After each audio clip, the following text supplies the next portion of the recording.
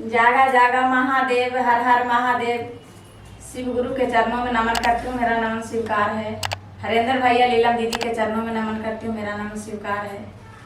सभी शिष्य भाई बहनों को नमन करती हूँ, मेरा नमन स्वीकार है।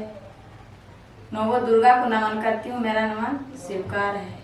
अरे डामा डामा डामा रूबा जाए लगा जावा करे दिहला ए साखी। अरे डामा